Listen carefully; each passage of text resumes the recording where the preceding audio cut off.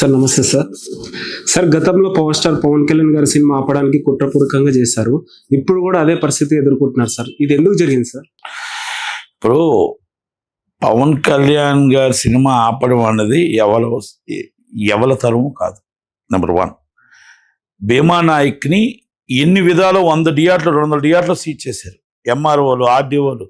నేను తెల్లవారు 4 గంటలకు హైదరాబాద్ నుంచి ఫ్లైట్, తెల్లవారు 6 గంటల ఫ్లైట్, 4 గంటలకు ఎయిర్పోర్ట్కి వెళ్ళి కూర్చొని కొత్త వలస, చోడవరం, రావికవతం మొత్తం అన్ని ఏరియాలు తిరిగి మొత్తం టోటల్గా అక్కడ కూర్చున్నాను. నేను చెష్ట వేశాను. ఎవరు వస్తారు 5 రూపాయల టికెట్ అమ్మమని, 35 రూపాయల టికెట్ అమ్మమని ఎమాటాచ్ వచ్చేసి చైర్మన్ అందరూ థియేటర్లు సీజ్ చేసి చాలా ఇబ్బంది పెట్టారు. ఆ రోజు భీమా నాయక్ సినిమాకి.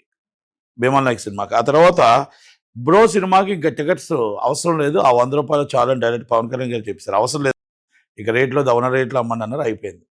అంటే పవన్ కళ్యాణ్ గారిని డౌన్ చేద్దాం చాలామంది ప్రయత్నాలు చేస్తుంటారు.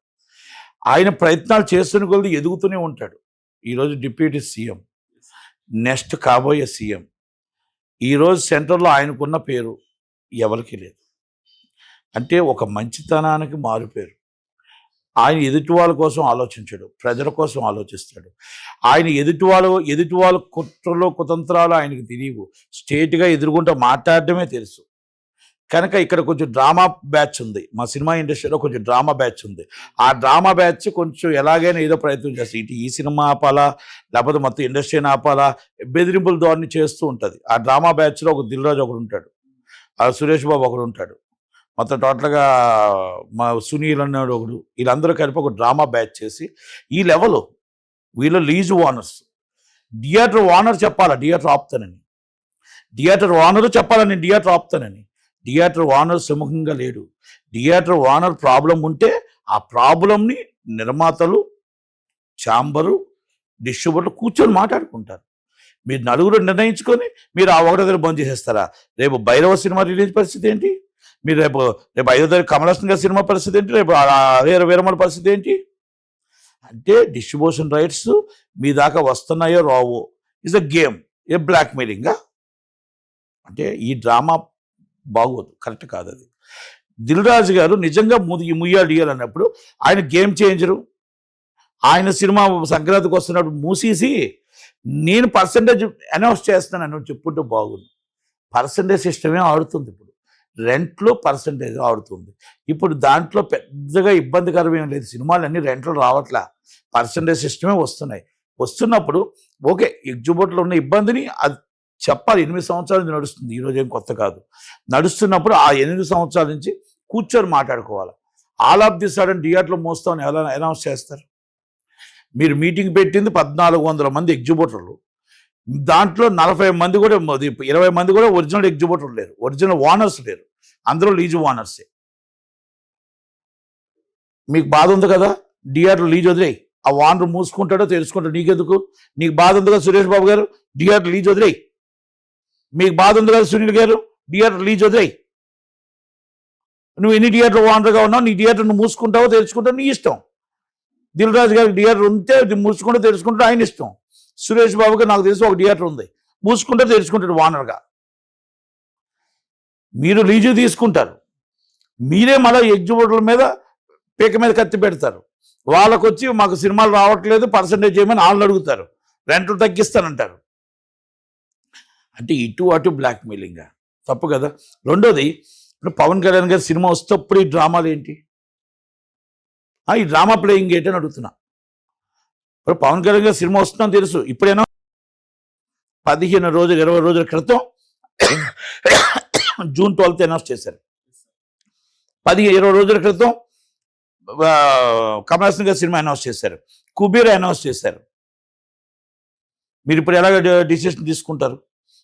నేను తప్పు అనట్లేదు, ఎగ్జిబిటర్ల బాధ వినవలసిందే. నిజంగా ఎగ్జిబిటర్ల నేను ఎగ్జిబిటర్ని, నేను వన్ ఆఫ్ ది ఎగ్జిబిటర్. అంటే మా బాధ వినరా మీరు? జనరల్ బాడీ విజయవాడలో పెట్టండి, జనరల్ బాడీ విశాఖపట్నంలో పెట్టండి, జనరల్ బాడీలో హైదరాబాద్ పెట్టండి, జనరల్ బాడీ తిరుపతిలో పెట్టండి. అందరి అభిప్రాయాలు తీసుకోండి, అభిప్రాయాలు అన్నీ గుంతకల్లో పెట్టి అభిప్రాయాలు తీసుకోండి. అభిప్రాయాలు C క్లాస్ తీసుకోండి, A క్లాస్ తీసుకోండి, B క్లాస్ తీసుకోండి. అన్ని అభిప్రాయాలు తీసుకొని అప్పుడు నిజంగా ఏది ఉందో ఏది కష్టమో చెప్పండి, ప్రాబ్లం లేదు. ఇక్కడ అన్నదమ్ములం అందరం. డిస్ట్రిబ్యూటర్, ప్రొడ్యూసర్ అన్నదమ్ములు లాంటి వారివి. మన అందరం అన్నదమ్ములు ఎక్కడ కొట్టుకుంటే మన ఛాంబర్ ఉంది కదా, మన ఛాంబర్లో మాట్లాడుకుందాం. మీ ఇష్టం వచ్చిన మీరు ఎలాగ అనౌన్స్ చేస్తారు? ఇప్పుడు నాకు ఇందాక దాము ఇప్పుడే చూశాను, నేను Damu secretary of chamber of commerce, నేను ప్రొడ్యూసర్ కౌన్సిల్ జాయింట్ సెక్రటరీ.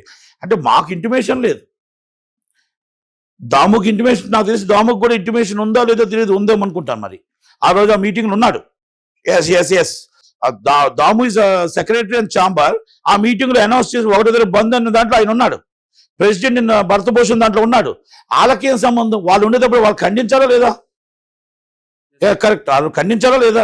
ఖండించకుండా మళ్ళీ ఈరోజు వచ్చి మాకేవైతే మేము బంద్ అని చెప్పలేదు, ఎవరో చెప్పలేదు. బంద్ అనేది అక్కడి నుంచే కదా వచ్చింది.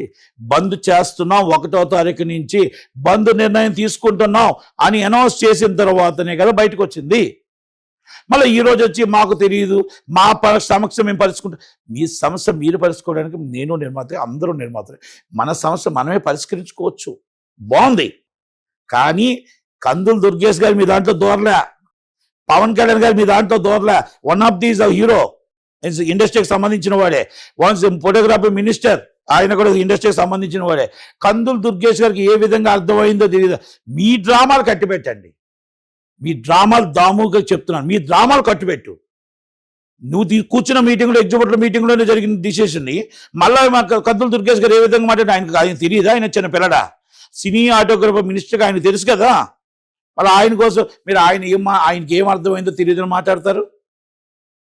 ఇది కరెక్ట్ కాదు. అంటే గేమ్ ప్లే చేసి రాత్రి ఎప్పుడైతే సీరియస్ అయ్యారో ఉదయాన్నే ఆడిన మీటింగ్ పెట్టడం, గబా కూర్చొని దాన్ని సర్దీశారు, మొత్తం బిసాన్ సర్దీసి క్లోజ్ చేశారు. అవ్వకపోతే ఇంక మళ్ళీ అప్పుడు రేపు ఉదయం మొత్తం ఫ్యాన్స్ అంతా తిరగబడతారు, రేపు మొత్తం టోటల్గా అంతా అల్లకొలం అవుద్ది. మనం చేసిన ఏదో చేద్దాం అనుకున్నాం, ఆ చేసింది రివర్స్ అవుద్ది అని డ్రామా ప్లే చేసి ఇవాళ దుకాణం బంద్ చేశారు. ఇది వాస్తవా కాదా? మీ గుండెల మీద చేసుకొని చెప్పండి. లేదంటే టోటల్ సీసీ కెమెరాలో దాము ఉన్నాడు, భరతభూషణ్ ఉన్నాడు, తీద్దాం. అదే థియేటర్లో కదా 1వ తారీఖు బంద్ అని చెప్పింది. మళ్ళీ ఇప్పుడు వచ్చి మాకు తెలియదు సమాచారం, మేము ఎక్కడ ఛాంబర్ నుంచి చెప్పలేదు, కౌన్సిల్ నుంచి చెప్పలేదు అని చెప్తారా? మీ నిర్ణయం తీసుకుంటే ఆటోమేటిక్గా బయటకు వెళ్ళిపోతుంది. ఇస్ సోషల్ మీడియా ఇప్పుడు ఎలర్ట్గా ఉంది, వెళ్ళిపోద్ది. మళ్ళీ ఈరోజు మీరు కందులు దుర్గేష్ గారి కోసం అంటారు. కందులు దుర్గేష్ గారికి ఆయనకి ఏం సమాచారం ఉందో మాకు తెలియదు. అసలు నీ సమాచారం నీ దగ్గర కరెక్ట్గా ఉందా? తప్పు కదా అది, ఇది చాలా తప్పు. దాము గారికి ఆయన సెక్రటరీ హోదాలో ఉండి, ఈజ్ అ ప్రెసిడెంట్ హోదాలో భరతభూషణ్ గారు ఉండి, చాలా మేధావులు వచ్చారు చూశాను. కానీ ఈ డ్రామాలు మాట్లాడకూడదు.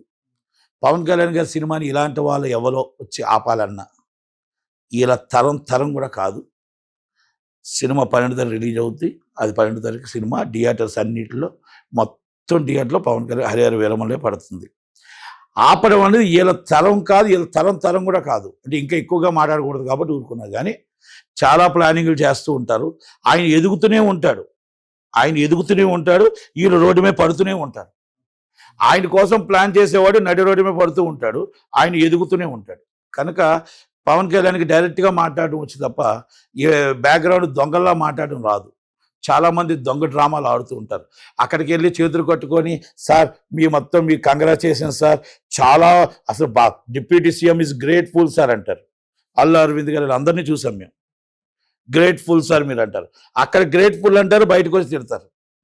ఇది ఈ రాజకీయాలు ఇక్కడ ఉంటాయి. చంద్రబాబు నాయుడు గారు అరెస్ట్ అప్పుడు చూసాం, పవన్ కళ్యాణ్ గారు అప్పుడు చూసాం. ఇవన్నీ డ్రామాలన్నీ చూసి మేం కాదు, గవర్నమెంట్ కూడా చూస్తూ ఉంది. ఇప్పుడు అధికారంలో ఉన్నారు కదా, పవన్ కళ్యాణ్ గారు ఏమైనా రియాక్ట్ అయ్యే ఛాన్సెస్ అవసరం లేదండి. ఎందుకు? ఆయన బోర్డు పని ఉంది. ఇలా ఖాళీగా ఉందా ఏంటి? ఇలాగంటే ఈరోజు డేట్స్ వాళ్ళ దగ్గర ఖాళీ కూర్చున్నారు, ఇలాగంటే డిస్ట్రిబ్యూషన్ లేదు కాబట్టి ఖాళీ కూర్చున్నారు. ఆయనకి పని కాదు, వీళ్ళకి టైం ఇచ్చేంత కూడా టైం లేదు. ఆయన ఫుల్ బిజీగా ఉన్నాడు. ఆయన ఆల్రెడీ ప్రజల దాంట్లో మమేకమై ఉన్నాడు. ఆల్రెడీ కర్ణాటకలో మొత్తం టోటల్గా అటవీ ప్రాంతంలో ఏనుగులు ఇబ్బంది పెడుతుంటే ఆ ఏనుగులు తీసుకొచ్చి ప్రజలను కాపాడడం కోసం, పొలాలు కాపాడడం కోసం ఆ పనిలో పూర్తిగా ఉన్నాడు. అలాగే పంచాయతీ రాజులో నిర్మూలన చేయడం కోసం, పంచాయతీ రాజులో జరుగుతున్న అవినీతి కోసం, దాన్ని మొత్తం ఆఫీసర్ని ఎలా మార్చాలి, ఏం చేయాలి, ఈ ఆఫీసర్లు ఎలా చెప్తే వింటారు అని దాంట్లో నిర్మూలన చేయడం కోసం ఉన్నారు. సైన్స్ అండ్ టెక్నాలజీ ఎలా పెంచాలి, ఇంకా మనం రేపు భారతదేశానికి మనం ఏ విధంగా సైన్స్ అండ్ టెక్నాలజీ, మన సైన్సిస్టులు ఏ విధంగా పెంచి, ఏ విధంగా డెవలప్ చేసి మన ఆంధ్రప్రదేశ్ నుంచి ఇస్తే బాగుంటుంది అని దాంట్లో ఉన్నాడు. అటవీ శాఖ మంత్రిలో ఈ స్మగ్లర్స్ని, ఈ గంధపు చెక్క స్మగ్లర్స్ని ఎలా తీసి అరికట్టి ఈయన పీడీ యాక్ట్ కింద ఎలాగేయాలో దాని పని మీద ఉన్నాడు. కానీ పని పాటు లేని వాళ్ళు మీటింగ్లు పెడితే ఆ మీటింగ్ ఆయన రియాక్ట్ అవుతాడా? ఆ, దీనికి ఆల్రెడీ కందులు దుర్గేష్ గారే ఎక్కువ. అసలు కందులు దుర్గేష్ గారు కూడా అనవసరం అవసరం లే. అందుకే విచారణ జరిపించమన్నాడు. విచారణలో తేలుతుంది. తేలిన తర్వాత అప్పుడు ఉంటుంది. త్వరలోనే దీంట్లో ఈ దొంగలు ఎవరో బయటపడతారు. ఎందుకంటే ఈ గేమ్ ఆడిన వాళ్ళు ఎవరో బయటపడతారు. సార్ ఇంకోటి ఏంటంటే వైసీపీ వాళ్ళు సోషల్ మీడియాలో బైకట్ భైరవం అనేసి పోస్టులు పెడుతున్నారు. గతంలో విశ్వసేన్ మూవీ కూడా పోస్టులు పెట్టారు. ఇది ఏ విధంగా చూడొచ్చు సార్? సినిమా కష్టపడి సినిమా ఆ కష్టపడి సినిమా తీసిన దాన్ని మనం ఒకరిద్దరు బైకౌట్ అంటే అయిపోద్దని నేను అనుకోను. రెండోది, సినిమాలో ఏదైనా ఒక చిన్న చిన్న తప్పు మాటలు ఏమైనా మాట్లాడినా దాన్ని మనం పెద్దగా భావించకూడదు. అంతే తప్ప సినిమాలాగానే చూడాలి. సినిమా బాగుంది అంటే ఎవరు ఆపలేరండి. సినిమా బాగోలేదంటే మీరు బాయ్కౌట్ చెప్పకుండానే ఎవరు చూడరండి. 2 విషయాలు. అంతకన్నా మనం వేరేగా చెప్పాల్సిన అవసరం లేదు. అంతే. బాయ్కౌట్ అంటే చూడాల్సిన, బాయ్కౌట్ అంటే వచ్చి జనాలు వచ్చి పడిపోరు, లేకపోతే సూపర్ హిట్ అంటే సినిమా బాగుందంటే ఎవరు ఆపలేరు. ఈరోజు దేవరా సినిమాకి మీకు బాగా ఉందో లేదో, దేవరా సినిమాకి నెగిటివ్ కామెంట్స్ 100 చేశారు. ఫస్ట్ ఒక్కరోజు బాధపడ్డాడు. తర్వాత 35 రోజులు ఏకదాటిగా సినిమాని ఇరగదీసిస్తుంది. అంటే ప్రజలు అంత విజ్ఞులు. ప్రజలు ఆలోచిస్తున్నారు. ప్రజలు ఏ సినిమా బాగుంది, ఏ సినిమాకి వెళ్ళాలి, ఏ సినిమాకి వెళ్ళకూడదని ఆలోచిస్తున్నారు. ఓకే, ఇక్కడ ఏది జరిగినా ఉన్నా ఒక్కటి మాత్రం వాస్తవం ఏంటంటే సినిమాలాగానే చూడండి, రాజకీయంలాగా చూడండి. దయచేసి ఎవరినైనా విమర్శలు ఉంటే అది ఆయన వ్యక్తిగత ఉండొచ్చు తప్ప ఇక్కడ ఉండదు, సినిమా ఇండస్ట్రీలో ఉండదు. సినిమా తీశారు, అలాగే మొత్తం టోటల్గా బెల్లంకొండ శ్రీనివాస్ గారు, మనోజ్ గారు, మంచు మనోజ్ గారు, మన నారా రోహిత్ గారు ముగ్గురు సినిమా చేశారు. కష్టపడి 50 కోట్లు 60 కోట్లు పెట్టి సినిమా తీశారు వాళ్ళు, రాధామోహన్ గారు. కనుక ఒక నిర్మాత బాధ అర్థం చేసుకోండి, ఆ హీరోలు కష్టం అర్థం చేసుకోండి. దయచేసి ప్రేక్షకులందరూ ఆదరించాలి, సూపర్ హిట్ అవ్వాలి, ఇండస్ట్రీకి మంచి రోజులు రావాలని కోరుకుంటాం తప్ప దయచేసి ఏ పొలిటికల్ లీడర్స్ అయినా సినిమా బాగుండాలనే చూడాలి, సినిమా ఆడాలనే చూడాలి. పొలిటికల్ అనేది మీ ఇంటర్నల్ ఇష్యూలు ఉంటాయి తప్ప సినిమా వాళ్ళకి కులం లేదు, మతం లేదు, పొలిటికల్ లేదు. అందరూ చూడాలి, కులమత భేదాలు లేవు. మాకు సినిమా కులం, మాదంతా ఒకటే కులం, సినిమా కులం. కనుక మేము సినిమాని అందరూ చూడాలని కోరుకుంటాం. అన్ని పార్టీలు చూడాలి, అన్ని కులాలు చూడాలి, అన్ని మతాలు చూడాలని కోరుకుంటాం. కనుక all the best. Bhairava cinema super hit అవ్వాలని మన బెల్లంకొండ శ్రీనివాస్, నా ఫ్రెండ్ వాళ్ళ అబ్బాయి, మంచు మనోజ్, మా అన్న మోహన్ బాబు గారు అబ్బాయి, అలాగే నారా రోహిత్ గారు, నేను ప్రతినిధి 2 నేనే రెడీ చేశాను. కనుక ఆ సినిమాలు మళ్ళీ రీఎంట్రీ బాగా ఆయన ఇప్పుడే అవుతున్నాడు. కనుక ఆ సినిమా పెద్ద హిట్ కావాలని, వాళ్ళకి ఇండస్ట్రీ బాగుండాలని ఇంకెన్నో సినిమాలు రావాలని కోరుకున్నాను. మీకు శ్రీహరి గారికి బాండింగ్ మా అందరు తెలిసిందే. శ్రీహరి గారు లేని లోటు ఏమైనా కనిపిస్తుంది సార్ ఇప్పటికీ? ఉంటుందండి. శ్రీహరి గారు లేని లోటు అంటే ఆయన విలన్ క్యారెక్టర్స్ హీరో చేశాడు, చాలా సినిమాలు చేశాడు. ఆయన విలన్ అనేది లేని లోటు ఉంది. అలాగే జగత్ బాబు, అంటే కొత్త డిఫరెంట్ విలన్స్ వస్తున్నారు. కాకపోతే ఆయన అదొక డిఫరెంట్ యాక్టింగ్. అంటే కామెడీ చేయాలా, టైం సెన్స్ ఎలా చేయాలి, విలనిజం చేయాలా, సీరియస్నెస్ చేయాలా, ఫైట్స్ చేయాలా, అన్నిటిలోని ఉండేది. నాకు 2 లోటు ఉంటుంది ఇక్కడ. దాసనారాయణరావు గారు లేని లోటు కనబడుతుంది, శ్రీహరి గారు లేని లోటు కనబడుతుంది. ఎందుకంటే రామానాయుడు గారు లేని లోటు కనబడుతుంది. రామానాయుడు గారు ఒక సినిమా నిర్మాత ఎలా ఉండాలో చూపించిన వ్యక్తి. దాసనారాయణరావు గారు డైరెక్టర్ ఎలాగుండాలో, ఎలాగ తీయాలో టైం సెన్స్ ఏంటని చూపించిన వ్యక్తి. డైరెక్టర్గా ఒక శ్రీహరి విలన్గా వచ్చి, హీరోగా వచ్చి, ఆయన మొత్తం టోటల్గా హీరో నుంచి విలన్ అయ్యి, విలన్ నుంచి హీరో అయ్యి, ఒక సినిమాని, ఒక విలన్ మొత్తం సినిమాని ఆపగలడు. ఆ సినిమాకి మొత్తం వెన్నుముక్క శ్రీహరి గారే. ఎన్నో సినిమాలకి అనేది ఇది నేను చెప్పిన మాట కాదు, రాజమౌళి గారు చెప్పిన మాట. ఇది నేను చెప్పిన మాట కాదు, మోహన్ బాబు గారు చెప్పిన మాట. శ్రీహరి గారి కోసం దాసనారాయణ గారు చెప్పిన మాట. శ్రీహరి గారు ఉన్నారు అంటే ఆ సినిమా ఇస్ హిట్ అనేది 100% హిట్ అని ఒక బృందావన జూనియర్ ఎన్టీఆర్ గారు చెప్పింది. ఇవన్నీ కూడా నా సినిమాకి ఓపెనింగ్ జూనియర్ ఎన్టీఆర్ గారు వచ్చారు, రాజమౌళి గారు వచ్చారు, అలాగే గురుగారు అంటే నాకు ఎప్పుడు వస్తారు. అంటే శ్రీహరి గారితో నేను 4 సినిమాలు చేశాను. నేను 4 సినిమాలు ఆయన ప్రొడ్యూస్ చేశాను. అయితే ఆయన ఉన్నంత కమిట్మెంటు, ఆయన ఏ విధంగా సినిమాకి ఆడియన్స్ రావాలి, అంటే హీరో కంటే అక్కడ విలన్ అవ్వచ్చు, అన్న క్యారెక్టర్ అవ్వచ్చు, ఏదైనా అవ్వచ్చు. మేబీ ఆయన యాక్ట్ చేసిన ప్రతి క్యారెక్టర్ ఆర్టిస్ట్గా సూపర్ డూపర్ హిట్ అయ్యాయి. మీ చరిత్ర చూసుకోండి. అందుకని ఆయన లేని లోటు దాసనారాయణ గారు, రామారెడ్డి గారు లేని లోటు సినిమా ఇండస్ట్రీ కనబడుతుంది. వాళ్ళే ఉండుంటే ఈరోజు ఈ బంద్ అని డ్రామాలు ఆడరు, వాళ్ళే ఉండుంటే ఈరోజు ఈ పరిస్థితి ఉండదు. కనుక ఎప్పుడు కూడా ఇండస్ట్రీకి మన వెన్నుముక్కలాగా ఉండేవాళ్ళు ఈరోజు లేరు. శ్రీహరి గారు లేని విలనిజం అనేది, ఆ క్యారెక్టర్ ఆర్టిస్ట్ అనేది తగ్గింది అనేది మాత్రం చెప్పగలుగుతాం. ఆ లోటు అయితే ఉంది. Thank you very much.